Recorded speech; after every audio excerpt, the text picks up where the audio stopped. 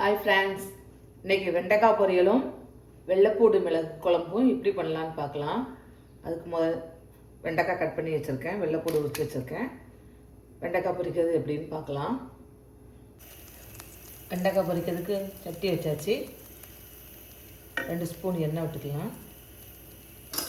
எண்ணெய் நல்லா காயட்டும். எண்ணெய் நல்லா காஞ்சிச்சு. கடுகு போட்டுக்கலாம்.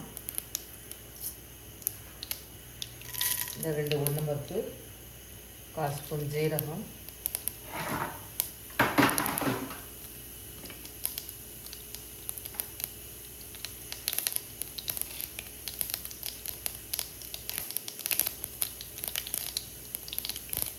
கடுகு பொரிஞ்சிச்சு. போட்டுக்கலாம். கட் பண்ணி வச்சுருக்க வெண்டைக்காய் போட்டுக்கலாம்.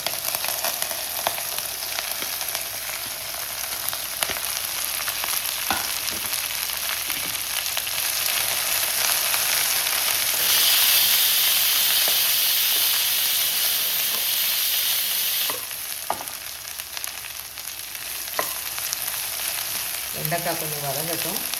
வெங்காயம் எப்பவுமே போடக்கூடாது. கொஞ்சம் இந்த வலுவலுப்பு தன்மை போன பிறகு தான் வெண்டைக்காய் போடணும். இருந்தால் கூட மட்டும் வலுவலுப்பாக இருக்கும். வெண்டைக்காய் கொஞ்சம் வதங்கட்டும். வெண்டைக்காய் வதங்கிட்டு இருக்கு. இதுக்கு தேவையான உப்பு போட்டுக்கலாம்.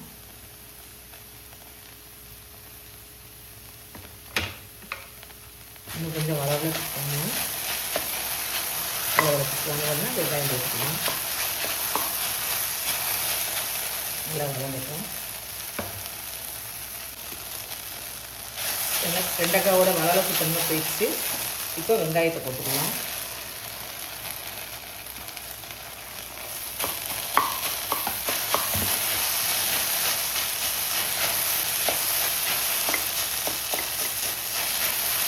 இப்போது வெங்காயத்தை இப்படியே போடுங்க. முதலே போட்டிங்கன்னா வளவலுப்பு தன்மை சீக்கிரத்தில் போகாது. வெங்காயத்தோட தண்ணி கூட மட்டும் பிச்சு பிச்சுட்டே இருக்கும். இப்போ வெண்டைக்காய் ஒரு மசாலா அரைச்சிக்கலாம். வெண்டைக்காய் ஒரு மசாலா அரைச்சிக்கலாம். மிளகாய் எடுத்து வச்சுருக்கேன். கொஞ்சம் ஜீரகம், கொஞ்சம் தேங்காய். இன்னொரு பொரியலுக்கும் சேர்த்து அரைக்கப்படும். அதனால் நிறைய இருக்குது. வெண்டைக்காய் கம்மி தான். தேங்காய் எடுத்தாச்சு.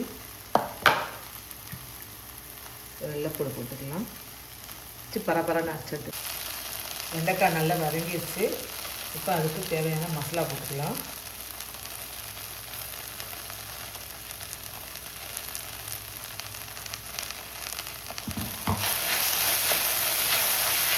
மசாலா வாடை போடுறது வரைக்கும் கொஞ்சம் வதக்கிடலாம். வெண்டைக்காய் பொரியல் ரெடி ஆகிடுச்சு. அதுக்காக பூண்டு குழம்பு எப்படி வைக்கிறதுன்னு பார்க்கலாம்.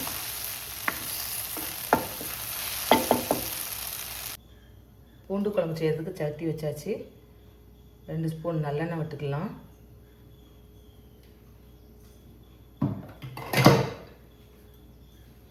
எண்ணெய் நல்லா காயட்டும். எண்ணெய் நல்லா காஞ்சிச்சு. கடுகு போட்டுக்கலாம். உளுத்தம்பருப்பு,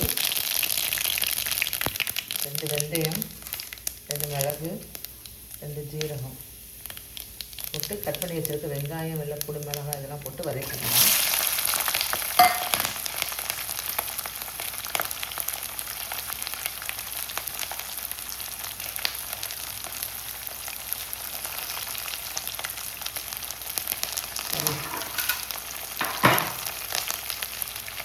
கருவேப்பிலை போட்டாச்சு. கொஞ்சம் வதங்கட்டினில் பொன்னிறமாக வரணும். வெள்ளைப்பூடு பொன்னிறமாக ஆகிட்டு இப்போ எடுத்து வச்சுருக்க மஞ்சத்தூளும் குழம்பு மிளகாத்தூளும் போட்டு கொஞ்சம் வதக்கிக்கலாம்.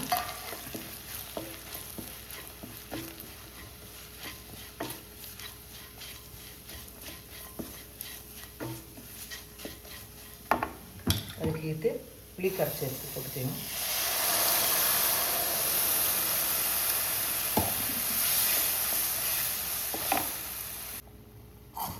குழம்பு நல்லா கொதிக்கிட்டு அதுக்கு ஒரு மசாலா அரைச்சிக்கலாம்.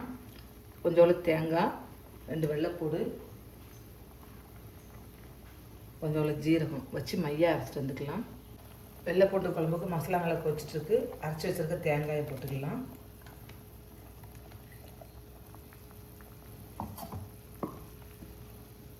நல்ல எண்ணெய் பிரிஞ்சு வர்றது வரைக்கும் நல்லா கொதிக்கட்டும்.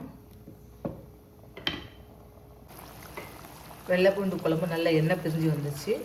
வெள்ளை பூண்டு குழம்பு ரெடி ஆயிடுச்சு. எப்படி இருக்குன்னு பாருங்கள். இதே மாதிரி நீங்களும் செஞ்சு பார்த்துட்டு எப்படி இருக்குன்னு சொல்லுங்கள். கமெண்ட் பண்ணுங்கள், சப்ஸ்கிரைப் பண்ணுங்கள், லைக் பண்ணுங்கள், ஷேர் பண்ணுங்கள். தேங்க்யூ.